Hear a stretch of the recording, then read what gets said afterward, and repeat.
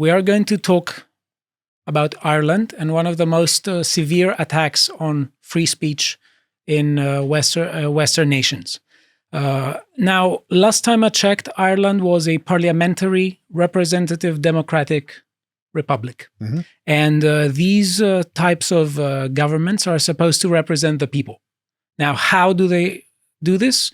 Representative officials are supposed to know what the will of the people is, and especially they need to come into grips with it and need to understand it when it is expressed collectively, for instance, in decision-making processes like referendums and elections. But also, it works on an individual level as well. It works on the level of speech and partaking in public discussion. And here is especially where free speech is really important. And right now, free speech is under attack. And the thing is that the things that you're not allowed to say represent forbidden topics. And those forbidden topics are topics that you cannot talk to your representatives about.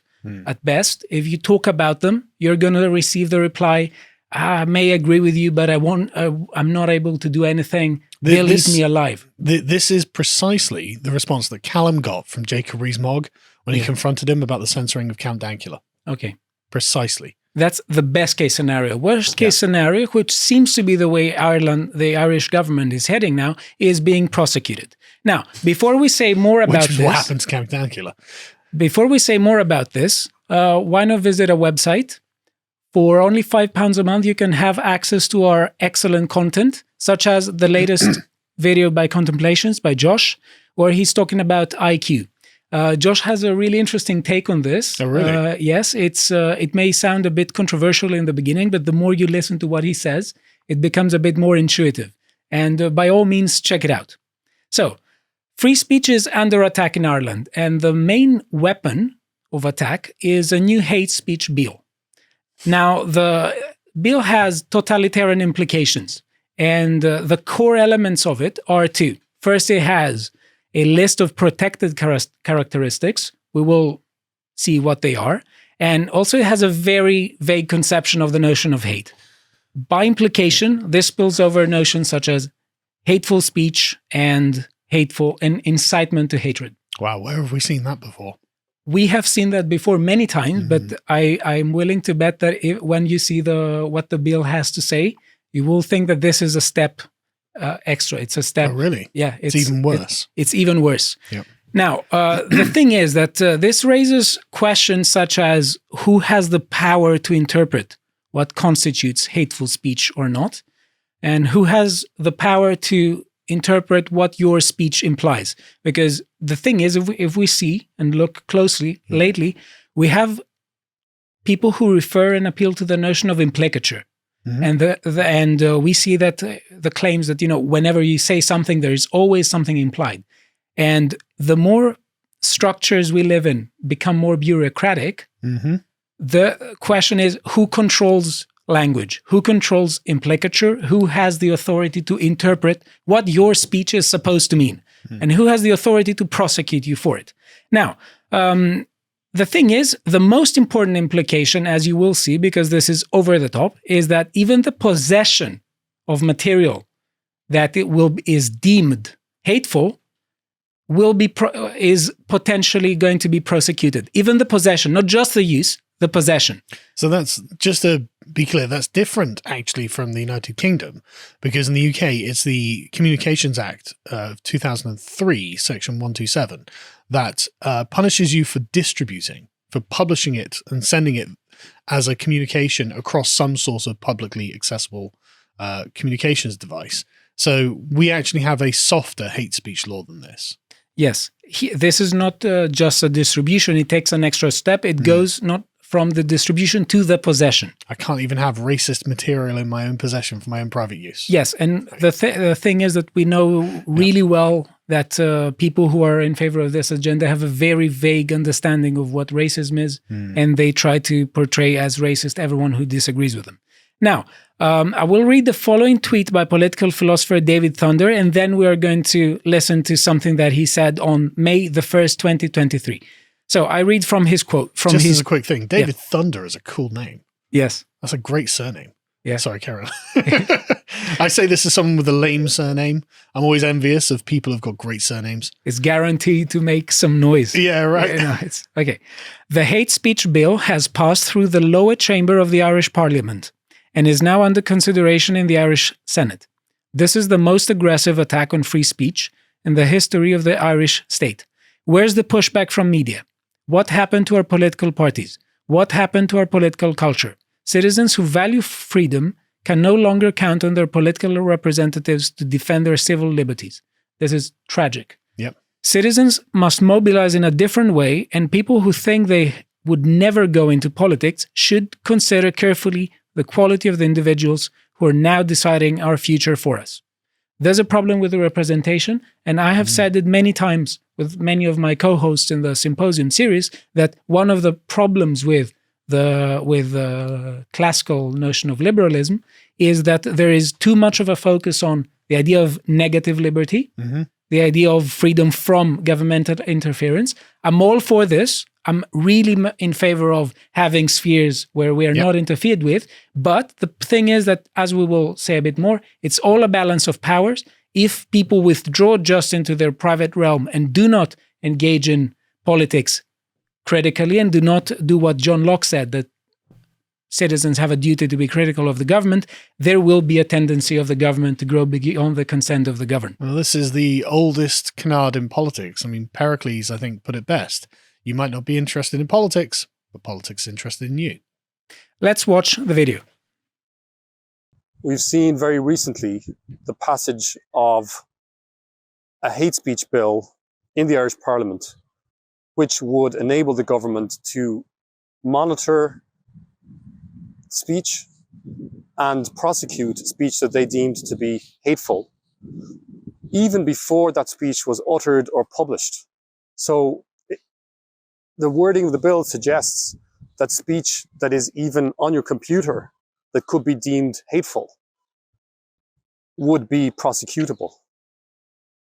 This is an extraordinary intrusion into the private sphere and represents probably the most serious threat to freedom of speech in Ireland since the foundation of the state in 1922. So it's merely the possession of hateful material on your PC. For instance, what about memes? Well, yeah, I was just going to say, if I ever visit Ireland again, I'm going to have to clear my meme folder. And all the questions that I asked before, I didn't just ask them to ask them. Yeah. Who has the authority to interpret what counts as hateful speech? Well, obviously the government is going to be the one who claims to have that authority. Yes, and it seems to me that the Irish government at the moment is very keen on pushing forward the left-wing agenda, a woke agenda that is very, let's say, hateful with respect to disagreement. Now, an article was published on the 10th of May in National Review. I won't read all of it. It says, its new censorship law is so vague and expansive that it can only be applied capriciously. Now, we have included a link for those of you who are a bit more interested in seeing exactly how Irish legislation works. If we could click on the next link a bit, please. If you want to find out more about this, you can click on that. If we can go back to the article from National Review, please. Okay, so Ireland's lower house, the Dáil, I think I don't know if I pronounce it correctly. Okay, don't ask me. I can't even pronounce how they describe the president. The Assembly of Ireland has passed a hate speech bill that is almost comical when described. You don't even have to offend anyone to be guilty of hate. A judge can simply determine that the speech at issue was likely to incite hatred or violence toward members of protected groups. Also, you can be convicted before uttering or publishing the speech. That's amazing. It's like mind reading. Yeah. Yeah, we know that it's Minority Report. We know that you are going to use hate speech. There could be someone who's offended by this. Yes. I mean, at least, and again, look, Britain's hate speech laws are atrocious. And in Britain, it is at least someone perceived that it could have been hateful or something like that. But at least that requires an act first. Yes. Right? You said something and someone else perceived it to be racist. Well, at least there's something you did that we're talking about here. At this point, we're talking about things you haven't even done. We are talking about turning the presumption of innocence into the presumption of guilt. Yes, we are. People just pose as authorities, and they just tell you what it is that your content is and that it is hateful. And they have ridiculously vague conceptions of what counts as hateful. Okay, I continue. A judge only has to determine whether you possessed the speech, perhaps in a drafts folder on a phone, and had an intent to utter or publish it. Oh, and by the way, the bill allows the state to compel a person to hand over the passwords to his phone or face imprisonment based simply on the allegation. And finally, the law would presume guilt once possession is established. In any proceeding under this section, the person shall be presumed until the contrary is proved to have been in possession of the material in contravention of the law. You would have to prove to the judge and the prosecutor that you did not intend to publish it. What could proof for that even look like? It's all a shamble, and it constitutes putting people into a sort of case where they try to prove that they're not an elephant. Yeah. Something like that. Well, this is literally the inquisitorial standard of justice. Yes. Like, prove that you're not a heretic. To people who claim to already have found you guilty. Yeah. So how can you prove that? This is literally what the French and Spanish Inquisition used to do. Exactly. And again, I will repeat this. We are looking in front of us. We're staring at a very, let's say, shameful, I would say, turn of tyrannical. The presumption of innocence into the presumption of guilt. Now, let's focus a bit on the hate speech bill and click on the next link, please. If you'll see we have the document here if you want to read it more. I will read a bit from page, we can focus on this page. An act to amend the law relating to the prohibition of incitement to violence or hatred against a person or a group of persons on account of certain characteristics, referred to as protected characteristics, of the person or the group of persons, and to provide for an offense of condoning, denying, or grossly trivializing genocide, war crimes, crimes against humanity, and crimes against peace, and in doing so, to give effect to Council Framework Decision 2008/913/JHA on combating certain forms and expressions of racism and xenophobia by means of criminal law. Okay. Now, if we can move on page 8 of 40 of the document, we will see the protected characteristics. Oh, yeah. We'll see their meaning of protected characteristics. They're underneath a bit. It's race, color, nationality, religion, national or ethnic origin, descent, gender, sex characteristics, sexual orientation, or disability. I love that religion is included in these, as if religious debate is just over. Yeah. Now, you're not allowed to discuss religion. And this is just unthinkable. You know, like the last 2,000 years with the history of the discussion of religion. And now just banning it. And I know many Christians who are able to discuss Christianity. So why would that have to be there? I mean, that's an obvious question. Okay, now, and let's go to page 13 of 40 of this document. And here is where things get very, very, very dark. Okay, so it says, offense of preparing or possessing material likely to incite violence or hatred against persons on account of their protected characteristics. So it says, subject to subsections 2 and 3 and section 11, we will talk about them in a bit, a person shall be guilty of an offense under this section if the person, A, prepares or possesses material that is likely to incite violence or hatred against a person or a group of persons on account of their protected characteristics or any of those characteristics with a view to the material being communicated to the public or a section of the public, whether by himself or herself or another person, and B, prepares or possesses such material with intent to incite violence or hatred against such a person or group of persons on account of those characteristics or any of those characteristics, or being reckless as to whether such violence or hatred is thereby incited. Now, this seems to me to be very dark, and I will say just the subsection 2a. In any proceedings for an offense under this section, it shall be a defense to prove that the material concerned consisted solely of a reasonable and genuine contribution to literary, artistic, political, scientific, religious, or academic discourse. Really? This is this is atrocious, and basically it disrespects us. It treats us as idiots. Now, so just as a quick thing here, this is so snobbish. Like this, a comedian is no longer allowed to make a joke. Yes. You are no longer allowed to make a joke, because no matter what you say or do here, you are never going to be considered to be giving a reasonable and genuine contribution to literary, artistic, political, scientific, religious, or academic discourse. I'm just making a joke, bro. The joke and comedy is specifically an attack, because humor is a way with which we cope with adversities of life. And it's also those who want the victimization agenda, they want us to stop having fun or making jokes. But it's also, comedy is a way of disarming these things. Yes. By taking away their seriousness. Yeah. And if you take away the seriousness of the thing, then the thing loses its power over you. And they are specifically outlawing that. Yeah. Let's go to the next link, which is a video by Keith Woods. This has been drafted specifically to silence the Irish people from opposing the social agenda and the mass immigration agenda that's going on right now. The Justice Minister said that under this legislation, another protected group would be migrant status, which means that people complaining about migrants or so-called refugees who are being dumped en masse now in small Irish towns and communities, they could be targeted for hate speech. We also had a government minister come out last year and he talked about these community protests that have been happening in Ireland against mass immigration, against this new plantation. And he said that they were rushing to get the hate speech legislation through so that they could target the, what they call far-right agitators, who are basically just people speaking up for these communities.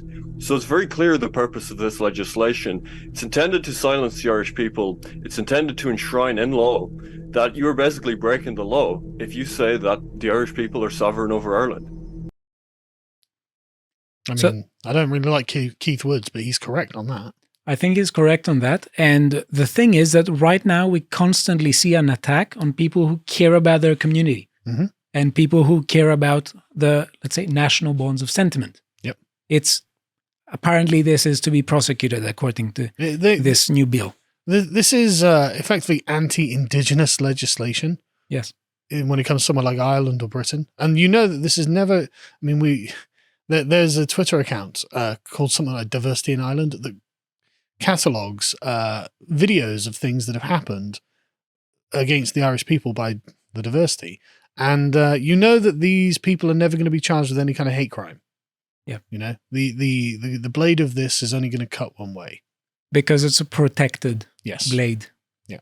Okay. Now, if we can also listen to David Thunder, what he says on the Freedom blog. There's a vacuum in our politics, in our political establishment. And as you know, it's very clear, 70% of those submissions on this law were opposed to this hate offences bill. And then you see an overwhelming majority of parliamentarians just sort of nodding it through. So what does that suggest? That suggests that there has been some kind of radicalization of our political representatives. And I would say a radicalization from what, broadly speaking, we could call as a militant left, an extreme and militant left that is active across the Western world and is trying to push these sorts of identity politics in many different countries. And I think that's exactly what's happening in Ireland, that small leftist lobbies, relatively small leftist lobbies, not representative of the rest of the country, are, for whatever reason, have access to our politicians and are influencing them and are co-opting the legislative process in some way. Yeah. I think he's spot on here. I mean, I hate to say it, but it seems almost kind of like a local man who's just discovered the left-wing jihad against our civilizations is going on. Yeah. Well, they're trying to create a perfect world in which there's literally no difference between any people at all. So an Irish person who's been in Ireland for 1,000 years, his family's been there for 1,000 years, is morally and legally identical to someone who literally just stepped off a plane. You know, that's what they're trying to create. And they're trying to make it so that there is no justification for social pressure for these people to conform to Irish norms either, because, again, I hate to say it, but Keith Woods is right on this. The Irish people are no longer sovereign over Ireland. What is sovereign over Ireland is the kind of end point of the Enlightenment, which is the radical isolation and atomization, the imposition of the social contract and the breaking of all social obligations and sentiments. That's what's happening to Ireland. It's been happening everywhere else as well. And it's very important to point out to show how unpopular this bill is. That's another good point. I did see actually the poll, because 70% of Irish people, when asked, did not want this. I think it's close to 80. Was it 80%? Right? And more than 90% of the politicians voted for it. Yes. So it only 14 people out of 160, which is less than 10%, voted against it. So just a quick thing here, like this is why I did the Concept of Representation book club, like you're referring to, because Hannah Pitkin would have us ask, well, what is being made present in the Irish Parliament? Yeah. It isn't the will of the Irish people, because obviously that's overwhelmingly against. So whose will is it? And so when Mr. Thunder there is like, well, you know, the left appear to have captured them. That's absolutely right. That's what's being made present in the decisions made by the Irish politicians. Yeah. I think that when it comes to explaining political phenomena, political realism is an indispensable tool. And I think one of the principles of political realism is the following, that especially it starts when we are looking on the geopolitical sphere, that if a country wants to project might on a particular region, it allies itself with the weaker players of that region against the stronger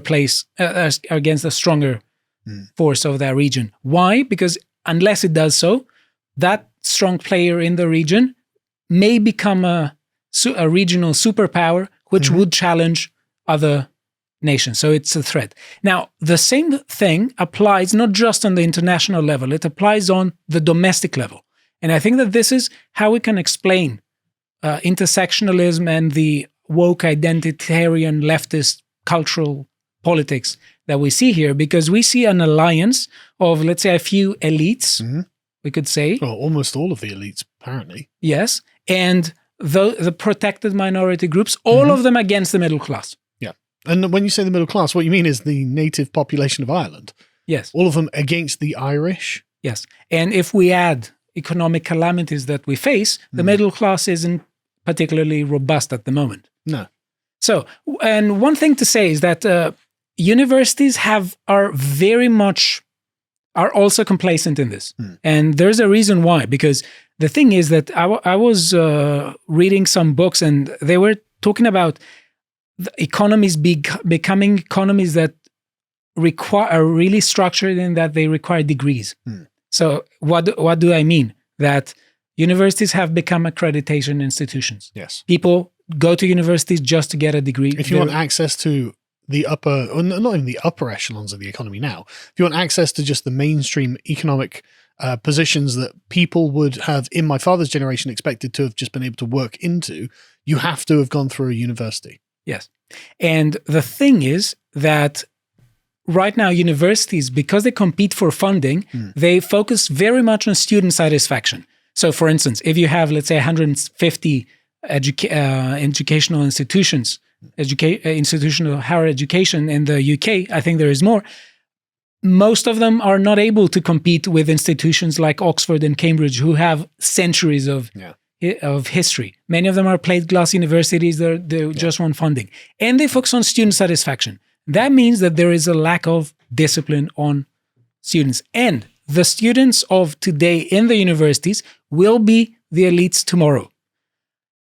So what is banned in universities now will be banned tomorrow. And this is something that concerns everyone. It doesn't concern just people in Ireland or people in the UK. It concerns people throughout the Western world, because let us see what is going to be banned. Let us see what happened in Cambridge. A documentary about declining birth rates and the demographic problem was banned. So it means if we connect all the pieces together, we will not be able to talk about the demographic as being a problem. Anyone who talks about the demographic collapse and the demographic problem will immediately be portrayed as a racist, a xenophobe, and an anti-feminist who wants to tell women what they want to do with their bodies. And they will literally in Ireland be prosecuted for those opinions, or even just watching the documentary. Let's just watch this video. Can I ask you, were you surprised about this response from students at one of the world's most prestigious universities? It's remarkable. I would say just first, though, I don't actually use the term pitfalls of feminism. Other people may have used that term, but I think it's important to explain the breadth of people who I met around the world. It was filmed in 24 countries. I met 230 people. Those people, I think, could only be defined as highly representative of the world we live in today, filmed in every continent. And it's been so warmly received by colleges around the world, by film festivals. So to suddenly have a reaction like this really raises questions to me about what it is that perhaps people feel about this movie that might be threatening to them. And I'd love to meet these people. I'd love to talk about it if they're willing. But it's quite stunning. Absolutely, and thank you for correcting me on that you didn't actually use that phrase, pitfalls of feminism. It is indeed a phrase that was used about the film. But as Charlie was saying, used by people who haven't actually seen the film, so they don't really know what it is about. I mean, surely part of the reason for making the film is you want to start a debate, or to start a discussion about these issues, and to disagree, potentially. Yes, and the wonderful thing is when people do watch this documentary, the conversations start by themselves. You don't need me to be there at all. Wonderful conversations about the future. I mean, falling birth rates is going to become the biggest challenge, or one of the very biggest challenges of the 21st century. And the people who are going to be impacted most are younger people. And this is a documentary that simply examines pathways through life and encourages conversations. So, yes, it's quite surprising. What was the name of the documentary? It is called, I have it here. It will be. Sorry if you don't have it to hand. I'm just curious. It's called Birth Gap. Right. I think it's called Birth Gap. We'll find it more of it and. Yeah, well, I'm going to go watch it. Yes. Okay. Frankly. So, last thing to say here, we had another video. We don't have time to show it, but the thing is, it seems to me that free speech is incredibly important. This has been a very severe attack on free speech happening. Well, it's an entire country that's going to lose free speech. Yes, and the thing is that when we want to have a, let's say, a functioning society, speech is the fundamental way in which we connect with each other as intelligent beings. Yes. So curtailments of speech are curtailments of thought and communication. Well, it's how we settle differences without violence. Yes, exactly. And final thing to note is that when we talk about, let's say, speech, and when we talk about people who, let's say, who want to withdraw from politics and they want to, let's say, go back into the private sphere, they forget that there's a problem with the plasticity of concepts. People can twist concepts into meaning anything. Yep. And unless people are really mindful of what the government is doing and what other governments are doing across the world, they will miss how language will slowly and steadily become distorted, and how we are going to look at legislative aberrations such as this bill.